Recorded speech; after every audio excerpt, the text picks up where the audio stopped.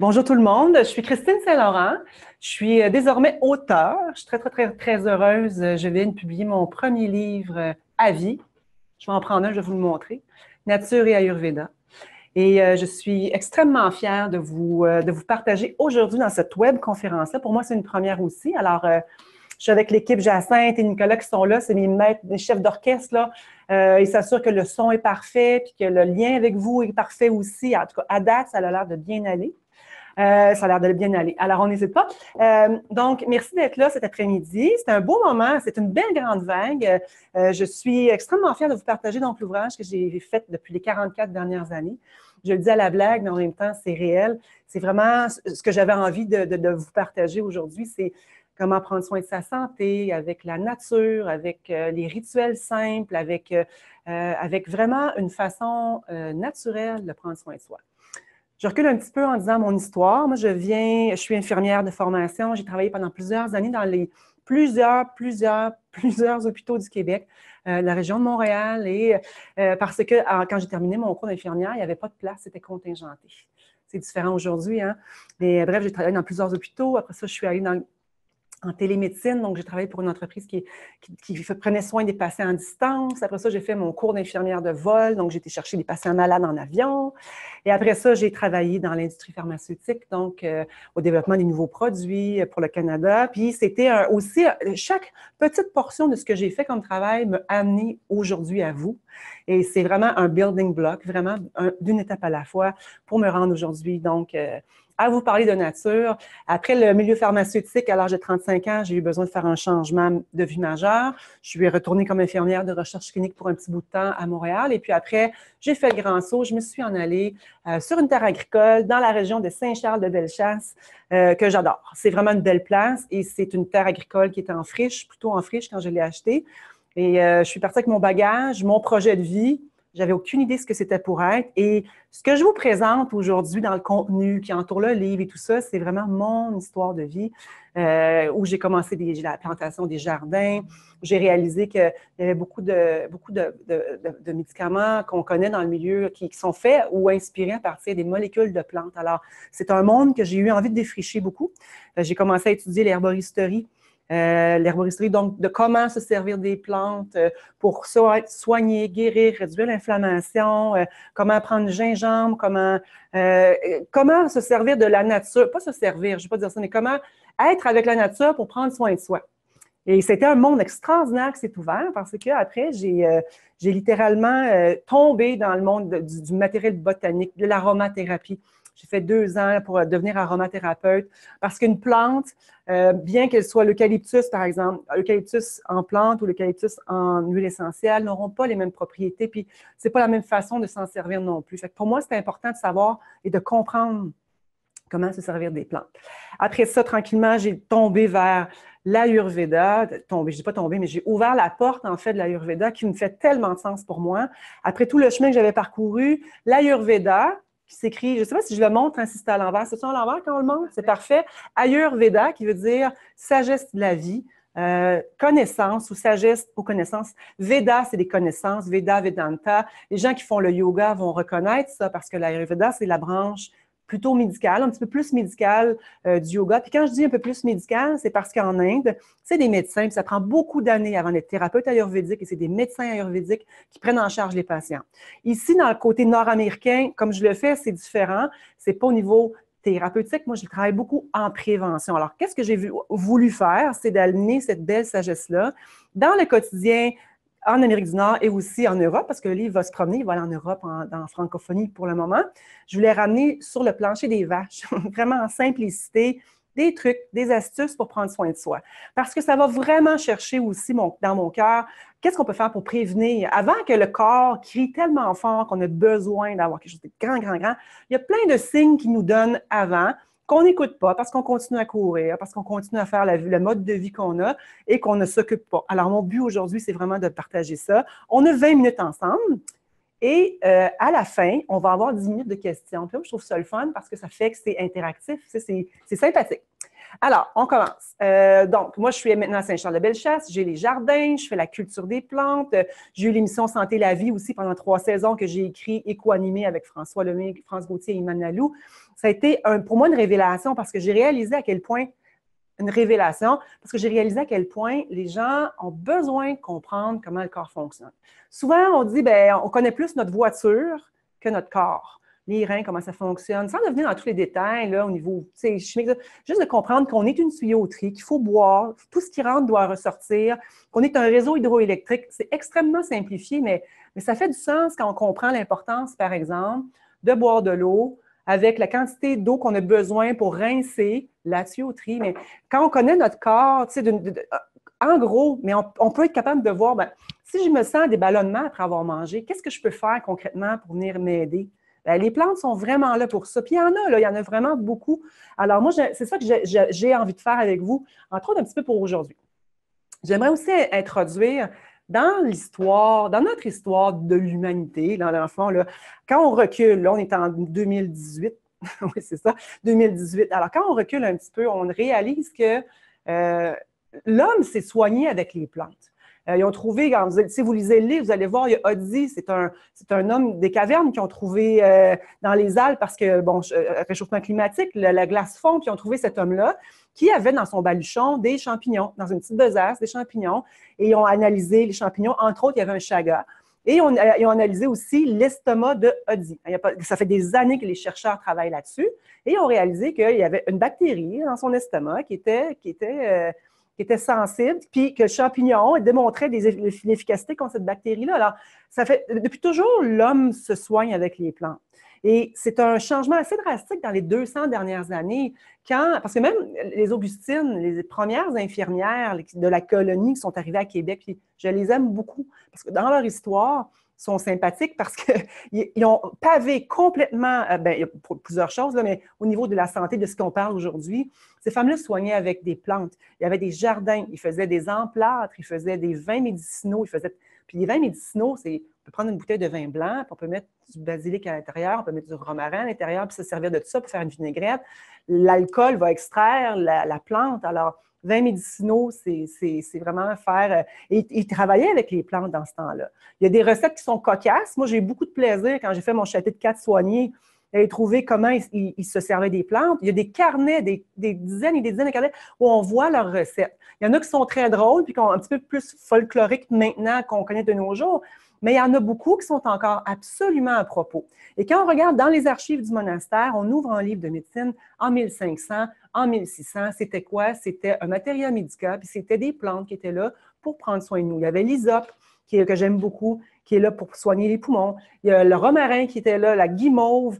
Il y a vraiment une... Puis quand on dit matériel médical, c'était vraiment les outils, les plantes qui étaient là. Puis c'est essai-erreur, mais c'était vraiment qu'est-ce que ça fait chez les gens quand on les prend. Et si on sait aussi quelles plantes sont toxiques, c'est parce que déjà quelqu'un en avant de nous qui l'a goûté puis se sont rendus compte que c'était peut-être pas une bonne idée.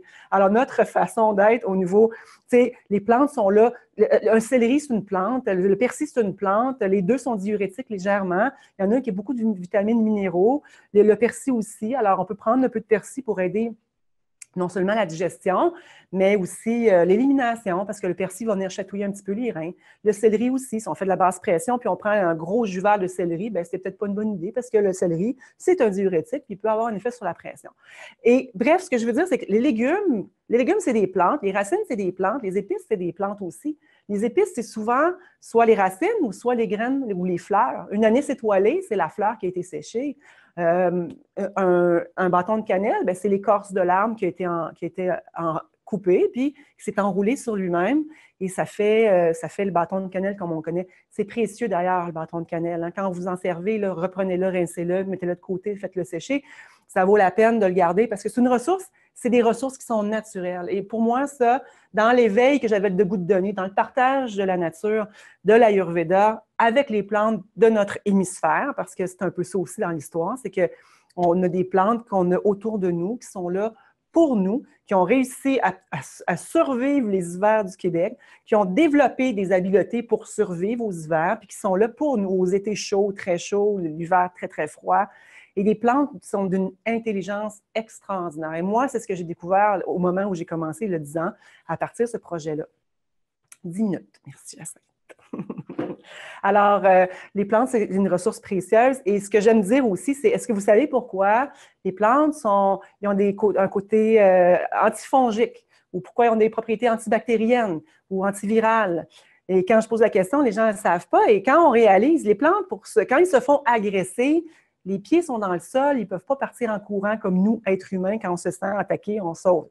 De façon primitive, on s'entend, mais c'est ça.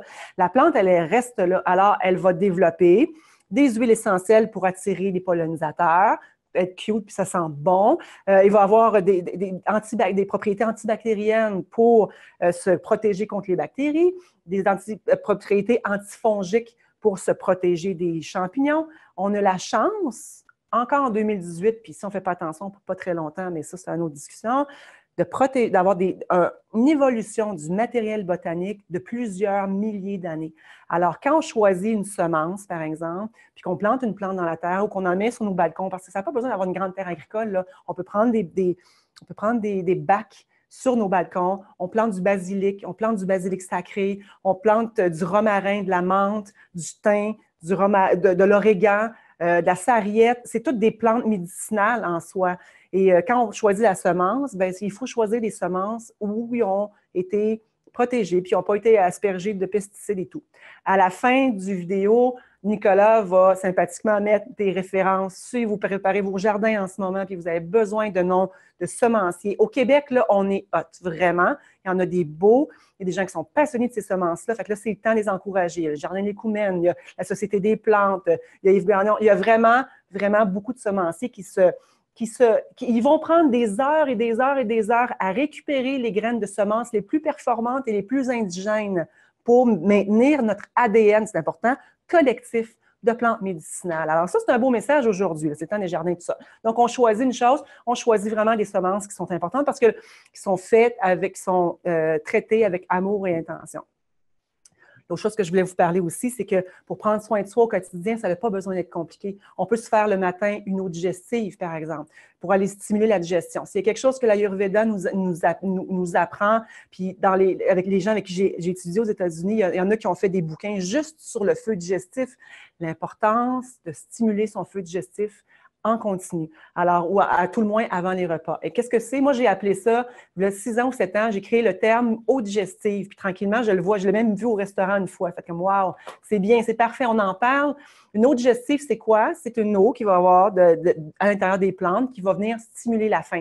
Vous savez, quand le ventre gargouille, ben, c'est là qu'il faut manger. Si votre ventre ne gargouille pas le matin et que vous n'avez pas faim, ne mangez pas. C'est le contraire un petit peu de ce qu'on a appris quand on était petit. Hein? C'est comme, tu n'as pas faim, mange pareil parce que tu s'en vas à l'école. Et en même temps, dans l'Ayurveda, ce n'est pas tout à fait ça. On stimule la digestion, on attend que la faim soit là parce que quand la faim est là, c'est le feu digestif qui est tout à fait là et c'est là qu'on est prêt à digérer. Puis la digestion, c'est extraire ce que l'on a besoin de garder et éliminer ce qui ne nous sert plus. Avec l'eau, entre autres aussi. Alors, quand on prend de l'eau, en plus de l'eau digestive. Alors, qu'est-ce qu'on met dedans? Je prends 2 litres d'eau dans un chaudron, je pèle un petit peu de gingembre, je coupe le gingembre en tranches ou je le râpe, à peu près comme ça de gingembre. Après ça, on peut ajouter, si on veut, on peut mettre un petit peu de poivre noir, on peut mettre un petit peu de curcuma. C'est un petit peu le principe du lait d'or, parce que dernièrement, ça commence à circuler plus sur Internet, le lait d'or. Donc, c'est une boisson plus ayurvédique qui dit, mais qu'est-ce que ça fait? Ça vient apaiser puis ça vient vraiment stimuler le feu digestif. On peut mettre un bâton de cannelle si on veut aussi. Attention aussi, la cannelle, c'est un anticoagulant, comme l'écorce de saule et l'aspirine. C'est 2 écorces d'arbre. C'est bon à savoir, hein? Faites 2 écorces d'arbre. Mais si les gens prennent des anticoagulants, il faut être un petit peu plus prudent avec la cannelle parce que ça peut venir en contre-indication avec les médicaments qui sont anticoagulants. Fermeture de la parenthèse. Alors, on continue. On met gingembre, on met cannelle. On peut mettre, qu'est-ce que je mets? Je mets du poivre noir, je l'ai dit. On peut mettre de l'anis étoilé. Cardamome, ça, c'est un must. C'est tellement une belle plante. Puis en plus, elle est bonne pour les 3 doshas. Les doshas, c'est les constitutions physiques uniques. On ne rentre pas là-dedans aujourd'hui, mais j'en ai parlé là-dedans. La cardamome est vraiment là pour stimuler la digestion. Moi, j'en ai dans mon auto. On a besoin de rafraîchir la laine. On prend une petite graine de cardamome. Excellente pour stimuler la digestion. Alors, si vous avez un souper copieux, puis il est rendu 7 heures le soir, puis vous mangez beaucoup, vous avez l'impression de vous sentir lourd, pas besoin. Aidons donc notre corps, puis prenons le temps de stimuler la digestion. Donc, gingembre, cardamome, clou de girofle. Il y en a qui adorent le clou de girofle, il y en a qui ne sont pas capables parce qu'ils ont mangé trop de jambon quand ils étaient petits avec le clou de girofle. L'odeur, je pourrais faire un webinaire juste sur le monde de l'odeur, de l'aromathérapie, de ce que ça stimule au niveau de la tête. Là. Tu sais, tantôt, on est allé à Salut Bonjour, puis on a mis des huiles essentielles sur le plateau que Gino sympathiquement renversé. Mais ce que ça fait, c'était fou, ça sentait bon, c'est des odeurs de nature, et on fait partie de cette nature-là. Alors, donc, choisissez des belles qualités d'épices pour revenir à mon eau digestive.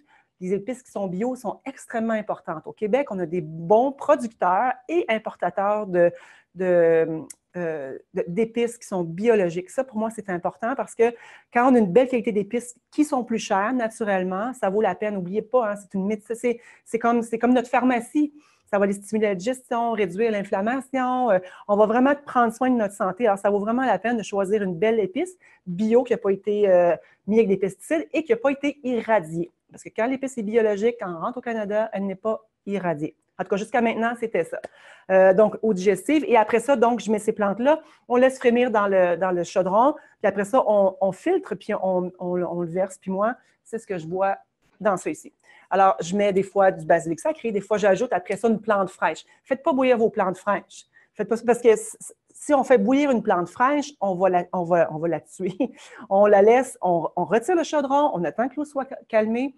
Puis là, on met les plantes douces comme le basilic, comme le persil, comme la coriandre. C'est bon, la coriandre, l'infusion de coriandre.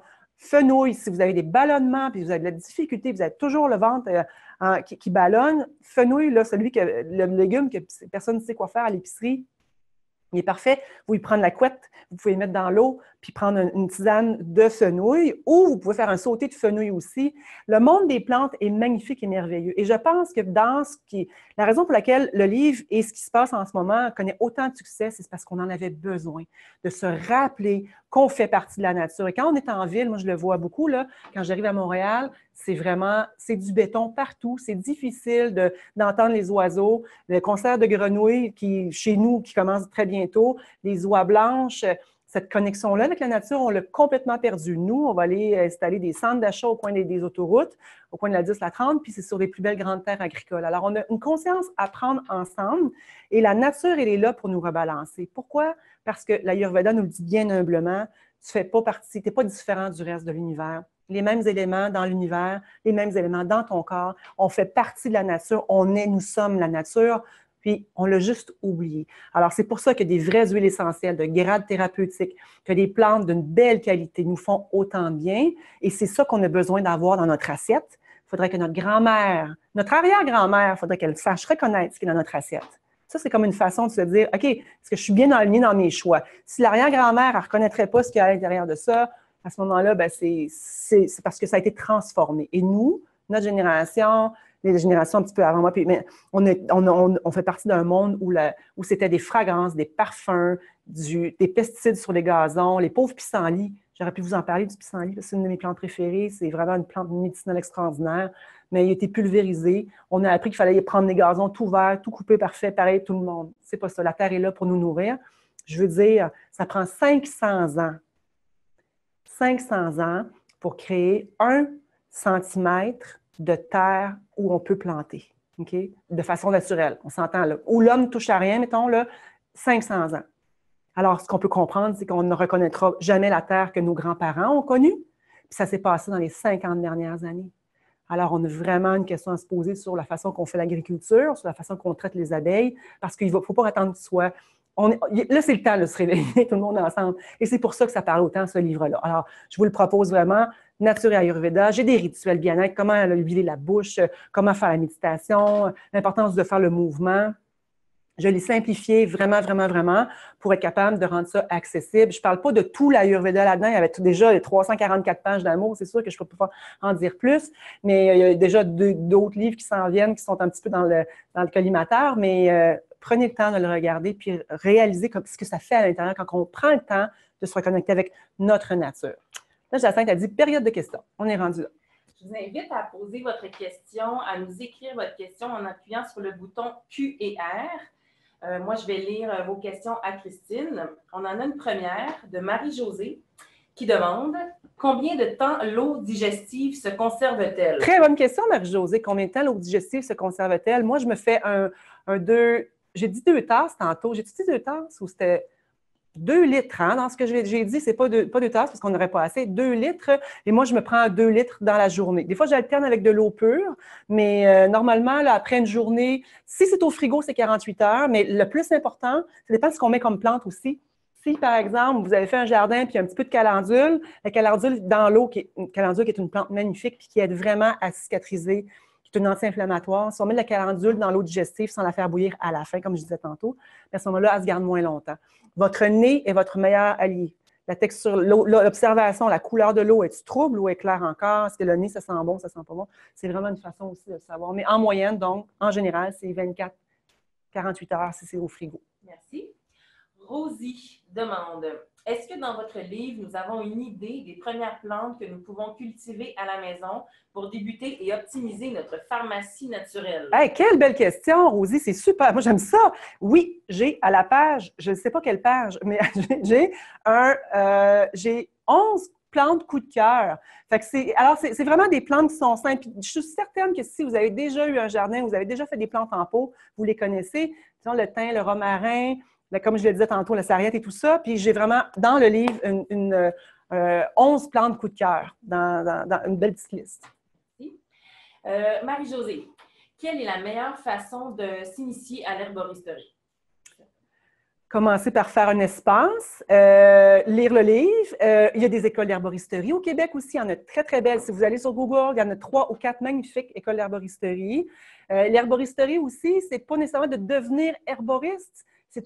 C'est parfait, mais on n'a pas besoin de devenir herboriste pour profiter des bienfaits des plantes. Alors, de faire un jardin, d'avoir les mains dans la terre, de reconnecter, puis de voir la plante, comment elle va, puis comment elle pousse et tout ça, c'est déjà un grand bout. Alors, c'est ça, créer des pots, ou un espace jardin, puis de commencer à cultiver. Nous, on a fait un mandala cette année avec beaucoup de variétés. Moi, j'aime beaucoup travailler avec des plantes qui ne sont pas compliquées, où je n'ai pas besoin de les tenir par la main pour qu'ils poussent parce que je n'ai pas le temps de m'en occuper. Et au niveau médicinal, au niveau de leurs propriétés, ce qui est drôle, c'est qu'une plante, quand on la plante puis qu'elle a un petit peu de compétition autour, c'est pas super beau, un jardin médicinal, s'il y a plein de mauvaises herbes, mais la majorité des mauvaises herbes, comme on les appelle, c'est aussi des plantes médicinales. Et si la plante, elle a un petit peu de compétition, ça va faire qu'elle est encore plus, elle a encore plus de torque. Je pourrais dire ça comme ça en français, là, mais elle a vraiment plus. Donc, ça rend service au jardin médicinal. Mais c'est pas si compliqué que ça. On a un spectateur anonyme qui demande quelles plantes peuvent soulager les maux de tête? J'ai fait beaucoup de recherches en écrivant le livre et une des premières choses qui me surprit, oui et non, mais j'ai lu au moins, j'ai vu au moins 6 livres, j'en ai lu 3. Il y en a un, entre autres, c'est vous n'êtes pas malade, vous avez soif. Une des premières causes des migraines, des maux de tête, c'est le manque d'hydratation. Les reins qui travaillent, qui rament là, pour venir essayer d'éliminer. Puis pensez à une piscine, puis là, je vais faire une image, vous allez vous le comprendre. Là. Si on part la piscine au printemps, l'eau est verte, on part le moteur, puis on n'ajoute pas d'eau, qu'est-ce qui va arriver? Alors, notre corps, on est souvent comme ça, on manque d'eau, on ne veut pas aller trop faire pipi, on ne veut pas aller aux toilettes, on a besoin de 1,5 à 2 litres d'eau. En boire trop, c'est pas mieux, mais selon le poids, en moyenne, c'est 2 litres d'eau par jour. Et déjà là, ça l'aide beaucoup. Alors, c'est un avenue important qui est surprenant un peu, mais il faut commencer par boire de l'eau. L'autre chose, c'est la camomille allemande. Elle est superbe. La camomille romaine, elle est superbe. Le basilic frais aussi. Fait que moi, je me ferais une tisane de camomille et de basilic frais et régulièrement. Puis c'est peut-être aussi lié à la digestion. Donc, tranquillement, en prenant de l'eau digestive, en réduisant l'inflammation, déjà, on commence à avoir on entoure un peu le symptôme. Chantal demande, avez-vous un rituel pour nettoyer le nez pour aider aux sinusites? Ben oui. Premièrement, on respire environ 20 000 fois par jour. Oui, c'est ça, c'est vraiment ça. On respire 20 000 fois par jour, c'est bon. Et donc, ça sèche beaucoup les muqueuses. Les gens vont créer des rhinites, ça fait des rhinites, ça fait des sinusites, ça fait de l'inflammation. L'Ayurveda préconise beaucoup de venir huiler l'intérieur des parois du nez le matin et le soir. Les gens qui le font maintenant, en tout cas moi, depuis les dernières années où j'ai suivi les gens qui utilisaient les huiles, venaient huiler le nez, On fait une grande, grande différence parce qu'on vient donner au corps ce qu'il a besoin pour se protéger. Les huiles sont antibactériennes. Les plantes qui sont infusées à l'intérieur, en tout cas dans ce que je connais, ce que j'ai créé, c'est avec des plantes qui sont antibactériennes aussi, anti-inflammatoires.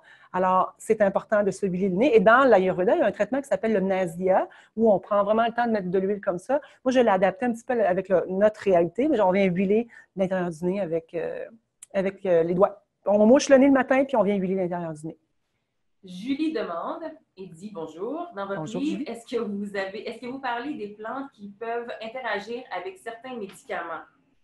Je ne suis pas entrée dans ce... Là, je l'ai dit tantôt pour la cannelle. Oui, parce que je suis restée toujours à dose alimentaire. Alors, c'est vraiment là... à dose alimentaire, si on prend par exemple, bon, je parlais du brocoli ou du chou, il faut faire attention à cause de la vitamine K. Dans ces cas-là, je l'ai inscrit, mais ce n'est pas un ouvrage qui est spécifiquement dire plantes et interactions médicamenteuses. Quand il y avait besoin de faire une mention, je le faisais parce que dans ce que j'ai choisi de faire, c'est vraiment à dose alimentaire. Donc, ce n'est pas avec des doses spécifiques, avec la suivi d'un herboriste ou de personnes dans le milieu de la santé. Là, c'est pas la même chose. C'est vraiment à dose alimentaire et en prévention aussi. Autre question. Quelle plante peut aider à atténuer les symptômes de la ménopause? Ça, c'est une question qui mérite 900 pages de livre parce que c'est une grande, grande, grande question. Puis je pourrais même pas même pas en 5 minutes répondre à ça. Ce que je peux dire, par exemple, c'est de commencer à observer les bouffées de chaleur, quand est-ce qu'ils se passent. J'en parle un petit peu dans mon livre, je parle un petit peu de la ménopause. Ça fait partie un peu de mon prochain projet, féminité, l'Ayurveda, tout ça. Mais pour le moment, il faut prendre le temps de rincer. Je reviens beaucoup là-dessus, hein, mais plus on élimine, moins les résidus d'hormones restent en circulation, plus on active la circulation aussi avec l'automassage. L'automassage peut vraiment venir aider à réduire ça parce qu'on va venir déloger en dessous de la peau les résidus d'hormones et tout. Alors, automassage, ça s'appelle Abhyanga, j'en parle dans mon livre. L'autre chose, c'est de regarder qu'est-ce qui fait un trigger. Moi, je trouve que c'est important avant de trouver la plante ou le remède. Dans le quotidien, qu'est-ce qui fait que j'en ai au niveau des bouffées de chaleur? C'est quand je prends un verre de vin? Est-ce que quand je prends un café? De commencer à reconnaître qu'est-ce qui se passe dans notre vie personnelle. Moi, je vous propose un journal. Sur mon site Internet, j'ai aussi un petit journal, un modèle de journal que vous pouvez aller downloader ou télécharger. Et ce journal-là, c'est pour vous dire, juste pour prendre le temps d'écrire, puis de dire, OK, aujourd'hui, bon, hier, j'ai mangé telle chose, puis aujourd'hui, bouffée de chaleur 3 fois. Même de nommer ou de mesurer l'intensité. Ça va vous permettre personnellement de commencer à regarder votre corps. Parce que moi, je peux vous dire, je peux vous parler de la bourrache, je peux vous parler de l'acné à grappe noire. Ça, c'est une chose. Mais au-delà de ça, c'est de ramener ça à vous, avec vos symptômes, puis voir qu'est-ce qui trigger. Alors, vous pouvez aller sur mon site. Nicolas va le mettre à la fin du vidéo. Et aller le chercher, le petit journal. Puis, je vous offre en même temps quand vous avez le livre, il y a un petit code dedans. Je vous propose un concert de Renette Faugrillon que j'ai sur ma terre chez moi. À chaque année, au printemps, là, on est en retard au mois d'avril, les mois de mai ne sont même pas déjeunés encore. Ça devrait venir bientôt. C'est magnifique. Avec la méditation, les Renettes, ça calme vraiment. Vous pourriez faire votre petit concert de Renette au bureau.